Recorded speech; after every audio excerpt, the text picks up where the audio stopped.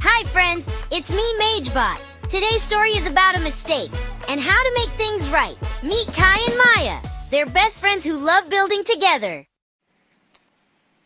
Uh-oh. Kai got a little too excited while building and knocked over Maya's blocks. Maya's face dropped. She looked really upset.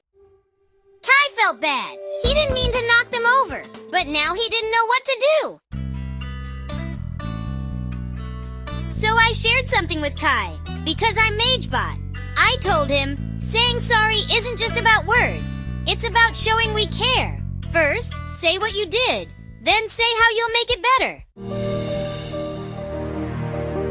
Kai said, I'm sorry, Maya. I didn't mean to knock it over. Can I help you rebuild it? Maya smiled and nodded. And guess what? They built something even cooler together.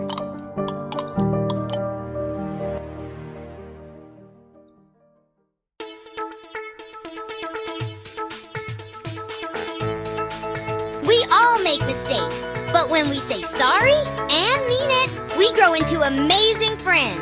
Thanks for spending time with me, Mage-Bot, on Mage-Bot and Friends Storytime.